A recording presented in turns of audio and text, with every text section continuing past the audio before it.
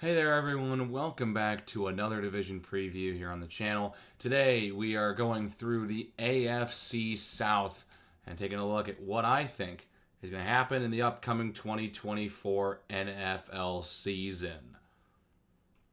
This division is one of the toughest to call this season. I think it's going to be really interesting to take a look at this division and see what happens. I think there are three teams that are going to be actively trying to fight for that division title this year. I think this is a very tight division and one that could possibly field multiple playoff teams. Despite the competitiveness, I feel like it'll be competitive on the lower end of things. But man, I'm excited to walk you guys through this. We start our journey in Indianapolis. Let's take a visit with the Colts, shall we? This is an interesting team. They got to a winning record and were a game shy of winning the AFC South last season. Came down to that final game against Houston. Texans were able to come out on top in Indianapolis. They're going to try and run it back here. Anthony Richardson back for a second season, and really it's kind of almost like rookie season part 2. I mean, he got hurt early last season and missed a lot of what was his rookie season. Gardner Minshew did a good job, but he's not the backup in Indianapolis anymore. Richardson, if you're Indianapolis, you are hoping that Anthony Richardson is able to stay healthy all season. They still have Jonathan Taylor. They still have Michael Pittman. Adonai Mitchell's a good pickup in the draft as a secondary receiver. And that defense is pretty good. Zaire Franklin is one of the more underrated linebackers in the league. DeForest Buckner is a good piece on that line. Yeah, I mean, this is an interesting team. A lot of people are very bullish on this Colts team this year. I'm not completely sold, but I still think they're going to be pretty good. I don't think it's going to, go as well as a lot of people say it will. I have them at 9 wins. I have them going on a nice winning streak to end the season, but I have them struggling big time out of the gate. They got a bit of a tough schedule here early on. You got Houston, Green Bay, and Chicago to start the season.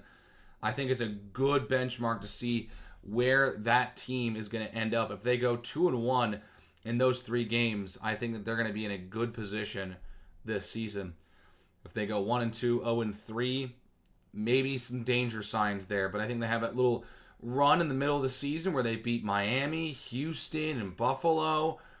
But I have them slipping up. I feel like they're going to be a little bit inconsistent, losing games to Tennessee and New England. There's a lot of question marks for me with the Colts this year, but I still think they're going to be above average, as in the sense that they're going to have a winning record.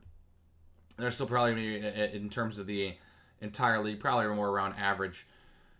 But yeah, they could possibly win a couple more games than I have them winning here. But then again, if Richardson gets hurt again, or just he doesn't end up being what people think he's going to be, they could fall down to maybe like 6 wins. I don't know. They're going to be an interesting team to watch this season. I think they're the biggest question mark in the AFC South this year. Biggest boom or bust squad.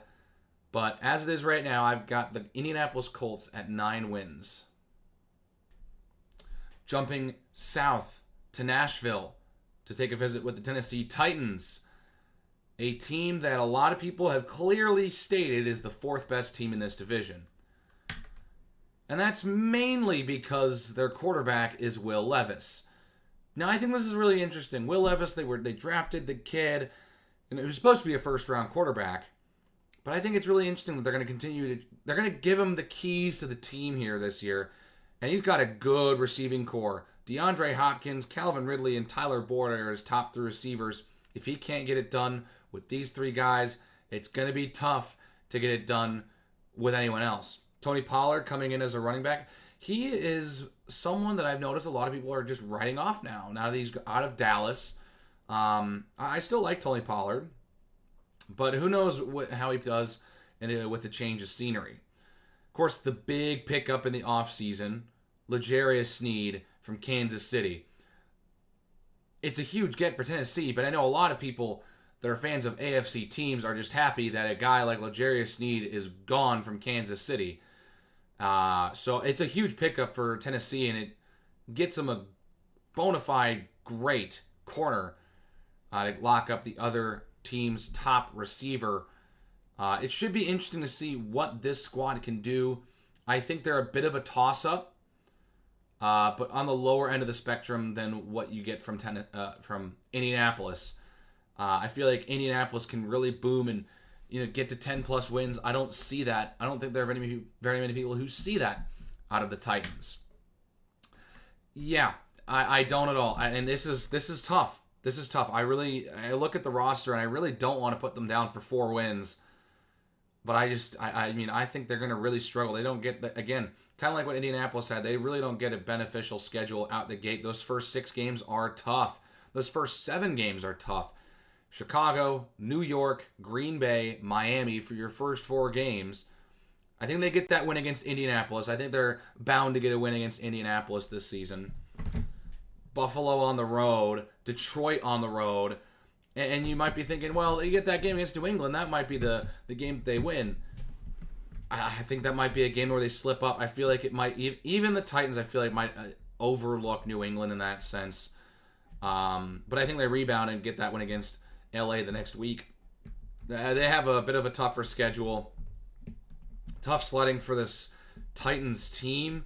I think they could get to 7 wins if they find a way to beat New England, maybe beat Houston one of those 2 times, beat Minnesota.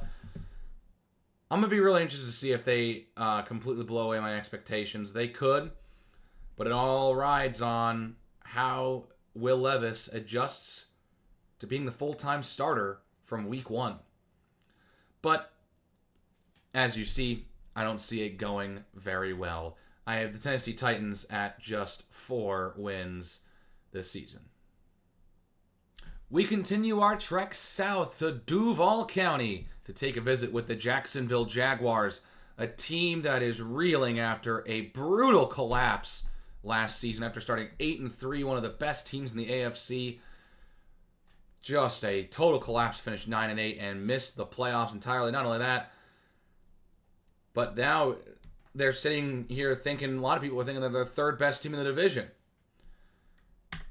I don't think so. I think that they're going to be really in the running for the division title this year. They got Trevor Lawrence, just signed that massive deal. Travis Etienne, teammates with Lawrence at Clemson. They've played well together. And their big pickup is Gabe Davis, who, depending on who you ask, I'm not exactly sure who most Jags fans would consider wide receiver 1, whether it be Gabe Davis or Christian Kirk. But regardless, it's not necessarily a terrible problem to have. Gabe Davis is a good pickup. Be interested to see how he performs in a wide receiver 1 role, as he played as the 2nd receiver in Buffalo for a good amount of years, really kind of flying under the radar and then catching just these really long touchdowns every couple weeks. And then, of course, the rookie Brian Thomas. So Trevor Lawrence has definitely got some weapons to work with now. Evan Ingram's having a bit of a renaissance. He's been kind of recovering his reputation in Jacksonville. That defense is looking pretty good, too. Josh Hines-Allen is absolute wrecking crew. Trayvon Walker, this is a huge year for the former 1st overall pick. And then that secondary is pretty good. I like Tyson Campbell. Andre Sisco's a good guy as well in the secondary. I think this is a good team. And though I think that there is something to say about their collapse and how it's going to affect the team this year, I think that they're going to be they're going to be interesting. I think them and the Colts are going to be right neck and neck with each other pretty much all season long. The 2 games they play each other. And that Week 18 game is going to be absolutely critical come early January. I think they start up the season very well, getting up to a 5-2 record, but they have a bit of a tough middle portion to that schedule. Green Bay, Philadelphia, Detroit, 3 tough games. I think that Minnesota game is a bit of a trap game as well. But I think they're going to slip up a couple games here. That Tennessee game, that Minnesota game are 2 games that I think are particularly ones that stand out as out of the other losses I have them down for. So they could get to 10 wins. They very well could. Just like the Colts could. And I don't know. This is an interesting schedule. But I think that the Jags are going to be interesting. I think they're going to go off to a bit. I think they're going to have a skid. But I don't think it's going to be as big of a collapse as it was. I don't know if I call this a straight collapse. Starting and finishing the season 4-2 with a 1-5 stretch in the middle is not a 1-4. If I said 1-5, it's not ideal, and I think that's going to be what kills them. That streak in the middle. If they can find a way to win 2 of those games in that middle portion of the schedule, I think they'll put themselves in a good position to not only make the postseason but win this division. But as it stands right now, I think the Jaguars will be a good team this year. 9 wins for Jacksonville. And finally, let's jump west to Houston for the Houston Texans, who came out of nowhere last season to win the AFC South. Not only win the AFC South, but win a playoff game with rookie quarterback C.J. Stroud. And, man, I got to say, there's a whole new identity with this franchise now. Not just in the whole C.J. Stroud with Tank Dell and Nico Collins, now with Stephon Diggs, but the new colors and the new uniforms. Their blue's gotten darker and the red's gotten brighter. The contrast is great, and I just love the color scheme that they're going with here. And I love the offense here. They got 3 good receivers. They pick up Joe Mixon. This team did nothing but get better. They picked up Danielle Hunter, who had over 15 sacks last season for Minnesota. I mean, that secondary is going to be the question mark.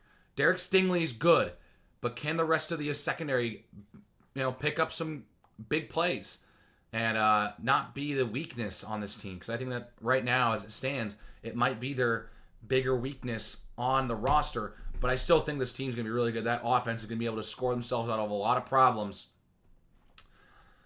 But there's a whole new aura around this franchise. And, well, now they're not the underdogs that are coming up as an unknown, surprising team.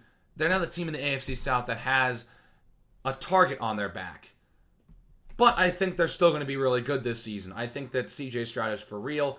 I think that some people have had them going, 12-5. I think they get close to that mark, but not quite there. I feel like they slip up once or twice here, like that game against Indianapolis. I think they slip up against Jacksonville.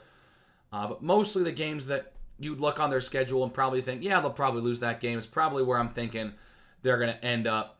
I think they get Kansas City. I think that it's really interesting. I think they maybe get the Chiefs, but lose to Baltimore. I think what happens at the end of the season, that back-to-back there with Kansas City and Baltimore, I think they win one of those games and lose one of those games.